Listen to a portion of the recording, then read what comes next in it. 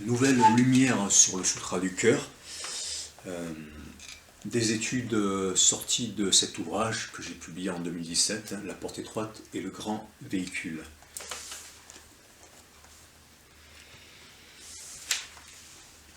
On a retrouvé dans les années 90 des manuscrits avec le Sutra du cœur qu'on appelait les Kharoshthi Manuscripts, du nom de l'écriture, le Kharoshthi, dérivé de l'aramaïque, dans lesquels ils étaient écrits. Et donc ils ont démontré, parce que le Kharoshthi donc, servait à écrire la langue Gandhari, c'est pour ça qu'on l'appelle aussi parfois Gandhari, et bien que le Sutra du cœur, effectivement, pourrait bien être originaire du Gandhara, qui lui-même est issu des anciens royaumes indo-grecs, qui ensuite avaient été annexés par les Kushanas, un empire extrêmement syncrétiste sous lequel est apparu le grand véhicule bouddhiste, le Mahayana. Et Richard Salomon, un grand bouddhologue, comme on dit, a appelé les Kharoshthi manuscripts comme les rouleaux de la mer morte du bouddhisme. Donc c'est plutôt au niveau de la datation et de l'intérêt archéologique qui sont intéressants. Par contre, ils n'ont pas d'apportée d'informations particulières sur le Sutra du cœur lui-même. Je vais d'abord montrer les similitudes qu'on peut trouver entre le Sutra du cœur et d'autres traditions orientales. Il y a d'abord la Kena Upanishad. C'est une Upanishad extrêmement importante de l'hindouisme où les trois dieux, Indra, Vayu et Agni, voient apparaître devant eux une lumière dont ils n'arrivent pas à savoir ce que c'est. Chacun cherche à le connaître. Agni, c'est le dieu du feu. Vayu, c'est le dieu du vent. Indra, c'est le dieu de la foudre. Aucun n'y arrive. Et celui qui s'en approche le plus, c'est Indra, parce que quand il se rue sur cette lueur, elle s'ouvre ou elle s'écarte. En tout cas, il se retrouve dans l'espace. Et là, il rencontre, dans cet espace vide, il va rencontrer une très belle femme qui est Uma, l'épouse de Shiva, qui lui explique que eh bien, lui, Indra et les autres dieux ont cru qu'ils avaient gagné leur grande bataille par leur propre force, mais qu'en réalité c'était le Brahman, l'âme suprême, qui avait remporté la bataille pour eux. Et donc on a ce scénario d'une vacuité intérieure à la nature ultime des choses, à l'intérieur duquel il y a cette très belle femme qui est l'épouse d'un dieu suprême, en l'occurrence Shiva. Alors, Shiva, dieu suprême, Brahma, dieu suprême, c'est pas ce qui dérange les hindous, ça les dérange absolument pas de crier l'un à côté de l'autre, Shiva est le plus grand, ou Vishnu est le plus grand, ou Rama est le plus grand, ou Krishna est le plus grand, parce qu'en réalité, ce ne sont que des Ishta Devata, c'est-à-dire des divinités d'élection, et chaque hindou sait bien qu'il a choisi d'adorer le suprême sous une certaine forme et sous un certain nom, mais cela ne change absolument rien au fait que le suprême peut prendre tous les noms, il peut aussi prendre toutes les formes, et donc il n'y a pas de concurrence entre les dieux. Donc voilà, première similitude, la Kena Upanishad avec cette idée d'une figure féminine extrêmement belle, parèdre, c'est-à-dire épouse d'un dieu suprême à l'intérieur de l'espace, le secret de toute chose. Ensuite, donc, il y a la Brahmopanishad aussi, qui est extrêmement belle. Alors les Upanishads, ce sont des textes sacrés hindous qui ont été écrits au cours des siècles à partir des... alors, les évaluations divergent, mais en gros, fin du premier millénaire, c'est-à-dire début du premier millénaire avant Jésus-Christ, jusqu'à la fin du premier millénaire, et puis dans les siècles suivants aussi, du début de l'ère chrétienne. Donc on a la Brahmopanishad avec le cœur qui est comparé donc à une coupe vide à l'intérieur duquel il y a absolument tout. On a une comparaison aussi dans la Bhagavad Gita qui est très proche avec la sagesse sur laquelle on doit prendre appui. Et puis dans le taoïsme, évidemment, il y a le cœur du taoïsme, hein, l'idée de vider le cœur, et ce vide qu'on appelle vous, W-U. Mais ce qui est... alors, et ça c'était pour montrer, hein, que le grand véhicule bouddhique est vraiment une synthèse, une magnifique synthèse de beaucoup d'éléments, de beaucoup de spiritualités avec lesquelles était en contact l'empire Kushana, dont les souverains étaient syncrétistes. Mais ce sur quoi je veux insister dans cette intervention, c'est avant tout la relation qu'il y a entre les deux protagonistes du sutra du cœur de la sagesse suprême, hein, dans sa version courte, c'est-à-dire Avalokiteshvara et la Prajna Paramita, c'est-à-dire la sagesse suprême. Alors, je rappelle le début du sutra du cœur de la sagesse suprême dans sa version courte, Prajna Paramita Hridayam Sutra, hommage à la sagesse suprême, la merveilleuse sagesse suprême, noble sagesse suprême. Avalokiteshvara, le Seigneur suprême, le grand bodhisattva, et se mouver dans le flot profond, dans le cours profond de la sagesse suprême. Et là donc il regarde vers le monde et il voit que tout est vacuité, que la forme est vide, que le vide est forme, et que rien n'existe, qu'il n'y a pas de souffrance, qu'il n'y a pas de chemin, et que c'est en s'unissant profondément, en s'alliant profondément à la sagesse suprême que les bodhisattvas ne tremblent plus et peuvent atteindre le nirvana suprême et apporter le salut, la libération à tous les êtres, en particulier à travers le mantra Gate Gate Paragate Parasamgate Bodhisvaha.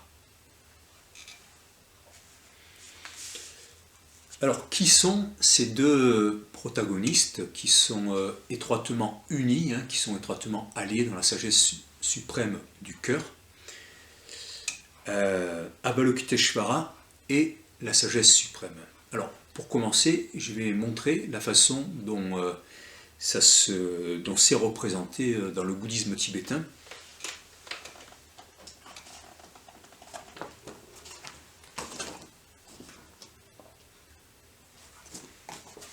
Donc ça, c'est la représentation de la compassion masculine, Avalokiteshvara, le Seigneur qui regarde vers le bas, ou celui qui entend les suppliques du monde, ça dépend des traductions, et donc il correspond à Karuna. Karuna, c'est comme care en anglais, caro en italien, c'est l'amour, c'est le soin, c'est prendre soin d'eux, c'est la bienveillance, la compassion. Et là on a la prajna, le même radical que jnana, comme gnose, qui est la sagesse suprême féminine, qui deviendra progressivement Tara, la déesse Tara. Et ils sont unis dans ce mandala tantrique dont j'ai fait une photo et que j'avais acheté à Katmandou en 1992. Ils sont unis profondément au cœur du mandala.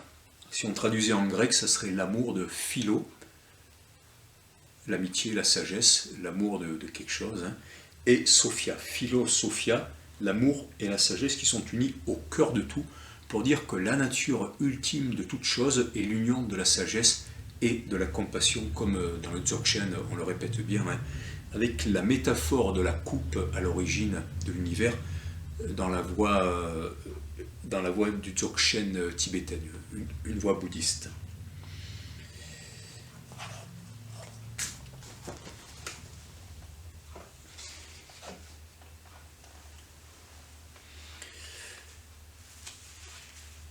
Commençons par Avalokiteshvara. Qui est Avalokiteshvara?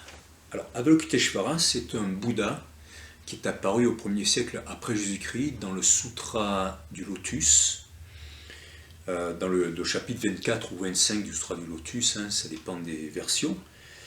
Alors, c'est un sutra, le Sutra du Lotus, où on trouve à la fois des paraboles, comme la parabole du fils prodigue qui revient dans la ville de son père après des années et auquel son père confie toute sa richesse à la fin, proche de mourir.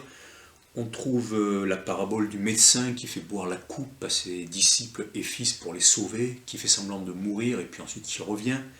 Dans le Sutra du Lotus, on a également l'idée que le Bouddha répand sa doctrine sur les bons comme sur les méchants, et comme la pluie et le soleil, il brille, il tombe sur les bons comme sur les méchants. Donc des choses extrêmement semblables au christianisme, avec le paradis de la terre pure d'Occident, avec l'apparition aussi du Bouddha Maitreya. Bon, voilà. Donc c'est dans ce sutra, apparu au Gandhara, donc dans les anciens royaumes gréco-bouddhistes, sur la route de la soie, où on parlait grec et araméen, que apparaît pour la première fois Avalokiteshvara. Avalokiteshvara, selon le Karanda Vyuha Sutra, il a été émané, créé comme ça par Amitabha, le Bouddha de la lumière infinie, par compassion pour l'humanité, pour sauver tous les êtres, grâce à sa compassion infinie.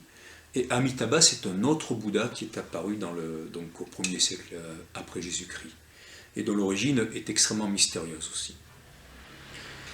Et Avalokiteshvara va émettre le vœu de sauver tous les êtres, et on raconte qu'une fois il était au sommet d'une colline, il a douté de son courage à se sacrifier pour sauver tous les êtres, et là on dit que son corps a explosé en 1000 morceaux, il a énormément souffert, son corps a explosé en 1000 morceaux, et Amitabha, son géniteur céleste, l'a reconstitué et lui a adjoint Tara, la sagesse, pour lui permettre d'accomplir sa mission. Avalokiteshvara, c'est aussi un Bouddha blanc de peau, c'est ce qui le distingue de beaucoup de Bouddhas dans l'iconographie, à commencer par les grottes de Ajanta en Inde, mais aussi dans les mandalas, dans beaucoup de représentations. Et c'est un Bouddha d'Occident, il règne sur le champ pur d'Occident, et c'est le Bouddha qui a comme mission de veiller sur l'humanité jusqu'à l'arrivée du Bouddha Maitreya. Mais souvent c'est extrêmement difficile dans l'iconographie de distinguer Avalokiteshvara de Maitreya.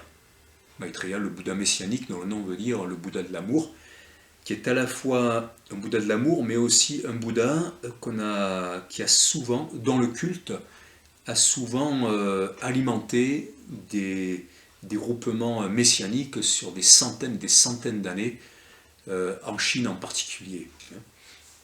Parce que c'est un Bouddha qui est extrêmement proche de l'humanité, qui est extrêmement humain, et qui a à la fois ce côté meneur d'hommes et Bouddha de l'amour. Voilà. Bon, on revient sur Avalokiteshvara. Avalokiteshvara a traversé les enfers, il a libéré toutes les âmes. On a ça dans le Karanda Vyuha Sutra, dans un scénario extrêmement proche de l'évangile de Nicodème, un évangile gnostique, qu'on appelle aussi les actes de Pilate. C'est-à-dire que c'est le même scénario d'une grande lumière qui éblouit le prince des enfers, et Avalokiteshvara, donc comme Jésus, va sauver tous les êtres, mais là, malheureusement, peu de temps après, eh bien, tous les êtres vont retourner dans les enfers à cause de leur mauvais karma, c'est-à-dire de leurs mauvais actes, et de leur tendance à aller vers l'illusion. Dans le Karanda Vyuha Sutra, Avalokiteshvara est aussi considéré comme encore plus grand que le Bouddha historique Siddhartha Shakyamuni, le fondateur du bouddhisme, 5 siècles avant Jésus-Christ. On fait de lui le créateur du ciel et de la terre, et le Bouddha salvateur par excellence. C'est un Bouddha qui a 33 formes, entre autres une forme avec la coupe du nectar de l'immortalité. Il est à droite d'Amitabha dans les représentations, sachant qu'à gauche il y a Mahashtama Prapta, un troisième bodhisattva, qui est considéré, alors enfin, un autre bodhisattva, parce que Amitabha n'est pas considéré comme un bodhisattva, mais c'est le Bouddha de la lumière infinie. Mais en tout cas, voilà, Mahatamaprapta, qui est à gauche d'Amitabha et qui est représenté par la foudre ou l'éclair. Donc, comme le Saint-Esprit, évidemment, vous voyez où je veux en venir. Et qui apparaît aussi au 1er siècle après Jésus-Christ dans le Sutra du Lotus. Avalokiteshvara, il représente aussi le Sambhogakaya, c'est-à-dire le corps de toute connaissance ou le corps de toute jouissance, de toute expérience. Le corps qui peut faire l'expérience de tout dans la doctrine mahayaniste du Trikaya, des 3 corps du Bouddha. Donc ça aussi c'est intéressant, cette idée qu'Avalokiteshvara est un Bouddha qui va tout expérimenter de la condition humaine, à la fois complètement Bouddha et complètement homme, comme le Christ. Et puis on pourrait rajouter le fait que la position des doigts, les mudras d'Avalokiteshvara et du Christ dans l'iconographie byzantine, eh bien, sont extrêmement proches, parfois semblables, avec des significations semblables, et le fait que dans la sadhana de Chenrezig, la sadhana tibétaine, alors Chenrezig c'est le nom tibétain d'Avalokiteshvara, et bien dans sa sadhana, dans sa pratique, on va méditer sur le mantra Hri, qu'on va faire descendre de la tête jusque dans le cœur, où il va se dissoudre et émaner sa lumière pure, sachant que donc, ça se prononce Hri comme Christos en grec, la langue dans laquelle est apparu, a été apporté le christianisme par les premiers chrétiens en Orient. Et donc Hri qui fait penser à Christos, et dans la prière du cœur russe, alors le nom m'échappe, la prière du cœur, voilà, dans l'hésicasme russe, eh bien, on a de la même façon la prière à Christos, Christos, Christos, qui se dissout peu à peu de la tête dans le cœur, où elle devient silencieuse, et là, la lumière du Christ se diffuse. Donc des choses, vous voyez, extrêmement semblables entre Avalokiteshvara, le premier protagoniste du sutra, du cœur de la sagesse suprême, et le Christ.